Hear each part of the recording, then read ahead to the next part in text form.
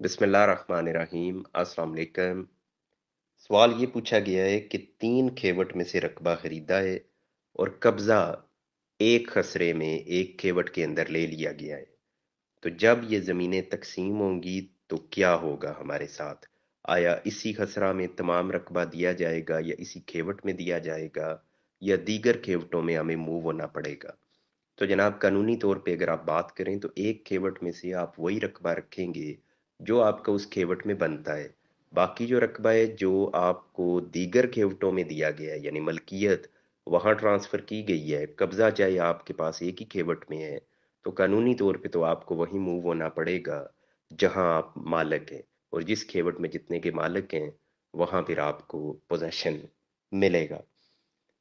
Next जनाब ये है कि मैं बाहिर हूँ और अपने नाम कोई ज़मीन खरीदना चाह रहा हूँ, तो क्या अगर मैं किसी के नाम ज़मीन खरीदूँ तो कल को वो मुझे वापस मिल जाएगी? तो जनाब पहली बात ये है कि आप क्यों किसी के नाम खरीद रहे हैं।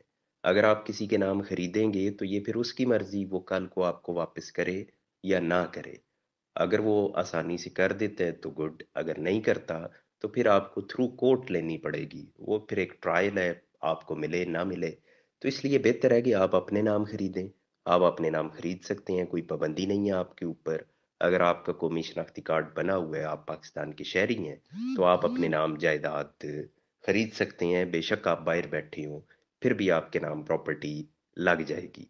ये कानूनी तौर पे लग सकती है, कोई भी आपकी तरफ से पेश हो सकता है। जो पहला क्वेश्चन मैंने वो खेवट के हवाले से डिस्कस किया, तो उसमें मैं थोड़ा सा फर्दर ये बयान कर दूं कि कुछ जजमेंट्स ऐसी हैं जो ये कहती हैं कि हर खेवट को अलग अलग तकसीम किया जाएगा, एक खेवट का दूसरी से ताल्लुक नहीं है।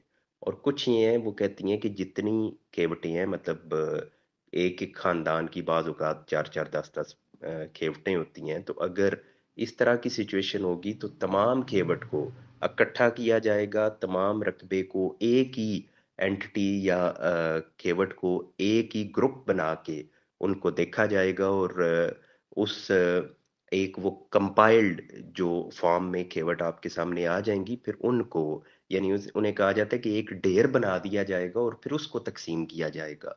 तो अगर उस एंगल से देखा जाए तो फिर तो जनाब आपको एक ही जगह पोजेशन मिल भी सकती है।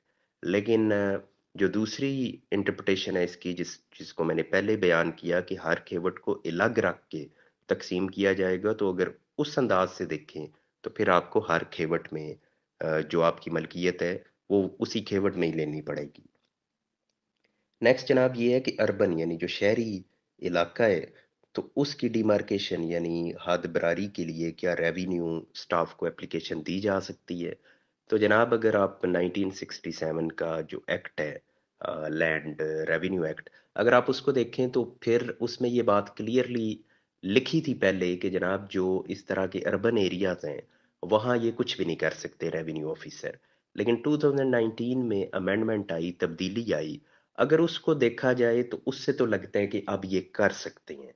लेकिन अभी भी अगर आप एप्लीकेशन दें तो ये इनकार करेंगे, ये कहेंगे ये हमारा डोमेन नहीं है, हम अर्बन एरियाज में नहीं कर सकते। लेकिन मैंने कहा जो 2019 में तब्दीली आई है उसको देखें, अगर उसको पढ़ें तो उससे तो लगता है कि अब इनके पास ये इख्तियार आ चुका है। लेकिन ये इनके पास इख्तियार आया है या नहीं आया, इसकी वजाहत तो अदालतें करेंगी, क्योंकि कोई भी कानून आता है उसकी मतलब मुख्तलिफ अंदाज से इंटरप्रटेशन, कोई उसका कोई मतलब निकालता है, कोई दूसरा कुछ और मतलब निकालता है, लेकिन इसकी वजाहत फिर करती हैं अदालतें। अब क्योंकि वो 2019 में तब्दीली आई है, तो इसका केस जो अदालतों में जाएगा भी तो वो 3 4 5 साल बाद कोई पहला फैसला इस तब्दीली के हवाले से आएगा। तो जब कभी वो आएगा तो अदालतें इसको इंटरप्रेट करेंगी, तो फिर ही पता चलेगा कि इसमें आया इनको इख्तियार मिला है या नहीं। ये सेक्शन 3 है जिसकी मैं बात कर रहा हूँ 1967 के एक्ट की। आप अगर उसको रीड आउट करें तो जो अभी वो सेक्शन है उसका क्या मतलब निकल रहा है, और जो इससे कबल था 2019 से कबल, तो वो भी आपको वहीं मिल जाएगा कि पहले क्या था और अब उसमें क्या बदलाव आया है। तो उससे तो यही जाहिर हो रहा है कि अब इनको इख्तियार हासिल है कि ये अर्बन एरिया की भी मेजरमेंट कर सकते हैं। बहरहाल करते हैं या नहीं ये अब उनके ऊपर है। नेक्स्ट जनाब ये है कि सिंध से कोई भाई हैं, वो ये पूछ रहे हैं कि वडेरे एक ने मेरी जायदाद पे कब्जा किया हुआ है और मुझे वो तंग कर रहा है। उन्होंने तो इवन नाम भी लिया है, तो मैं बहरहाल वो मेंशन नहीं करता कि किन साहब के हवाले से वो बात कर रहे हैं। तो बहरहाल वो पूछते हैं कि अदालत मुझे क्या रिलीफ देगी और किस कानून के तहत मुझे रिलीफ मिलेगा। उन्होंने डिटेल से बयान किया कि ऑलरेडी जो कुछ हो चुका है अदालतों में, उनका कहाँ केस अभी पहुंचा हुआ है। तो बहरहाल जनाब अदालत आपको रिलीफ देगी, बिल्कुल देगी। कब्जा अगर किया हुआ है तो अगर कोई शरीक खाता नहीं है, वैसे कोई इलीगली किसी ने आपकी ज़मीन पे कब्जा किया हुआ है, तो उसके लिए तो इलीगल डिस्पोजेशन एक्ट है 2005 का, उसके तहत आप कार्रवाई करें। लेकिन अगर वो शरीक खाता है तो फिर तकसीम वगैरह की ऑप्शन है आपके पास। तो अदालतों की जहाँ तक आप कह रहे हैं, तो एक तरफ वडेरा है, दूसरी तरफ आप अदालत में गए हुए हैं, तो अदालत पे आप यकीन रखें। अब तो खैर लोगों का इत्मीनान बहुत ज़्यादा अदालत पे इसलिए भी बन गया है कि जब ये भी रिसेंटली अदालत अतवार को भी ओपन हुई है, सुप्रीम कोर्ट ऑफ पाकिस्तान, और फिर रात को 12 बजे भी ओपन हुई है। तो अब तो लोग कह सकते हैं कि जो अदालतों के ऊपर इल्ज़ाम है कि पता नहीं कौन सा कोई सर्वे आया जिसमें कहा गया कि पाकिस्तानी अदालतों का नंबर 130 है, यानी 129 दुनिया की दुनिया के ममालिक, उनका अदालती निज़ाम हमसे बेहतर है।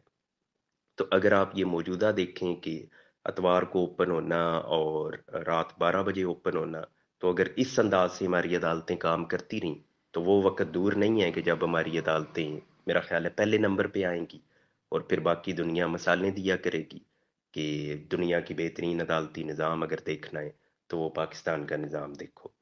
तो इस उम्मीद पे आप भी अदालतों में जाएं, तो हो सकता है कि आपको भी फौरन इंसाफ मिले। वैसे तो लोगों का ये होता है कि हमें 20-20 30-30 साल इंसाफ नहीं मिलता, लेकिन ये जो रिसेंट मिसाल कायम हुई है, तो इससे हो सकता है कि चले, हम नहीं कहते कि एक दिन में या एक हफ्ते में इंसाफ मिले, महीने में मिल जाए, साल में मिल जाए, 2 साल में मिल जाए, हद हुई चले 5 में मिल जाए। लेकिन अगर 20 30 40 50 साल लगें, तो ये फिर ज्यादती है। फिर अगर लोग उंगलियां उठाएं अदालतों के ऊपर, तो किसी हद तक उनकी बात बजा होगी।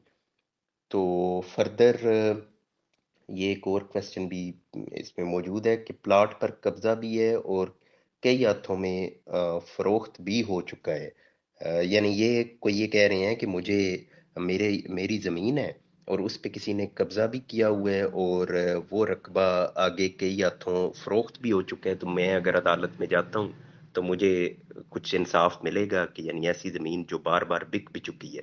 तो जनाब इसमें ये होता है कि अगर आप ये कहती हैं कि ये ज़मीन मेरी थी और आप वो अदालत में साबित भी कर देते हैं कि ये आपकी थी, तो फिर अगर वो जितने भी हाथों में बिकी हुई हो, तो वो कैंसिल कर दी जाती है। यानी आपने ये कहा कि किसी ने फ्रॉड के ज़रिए ये ज़मीन अपने नाम करवाई और फिर उसको बेच दिया, उसने आगे बेच दिया, तो जनाब वो जो पहली बार ट्रांसफ़र हुई थी वही गलत हुई थी, वही नहीं होनी चाहिए थी। तो अदालत जब वो देखती है कि वो पहली ट्रांजैक्शन, यानी जिसने सबसे पहले अपने नाम करवाई उसी ने फ्रॉड किया, आगे चाहे वो 10 हाथों में बिकी हुई हो, तो जब वो ओरिजिनल कैंसिल हो जाएगी, तो अगले सारे इंतकालात उनकी वैल्यू फिर ख़त्म हो जाती है, वो भी कैंसिल ही होते हैं।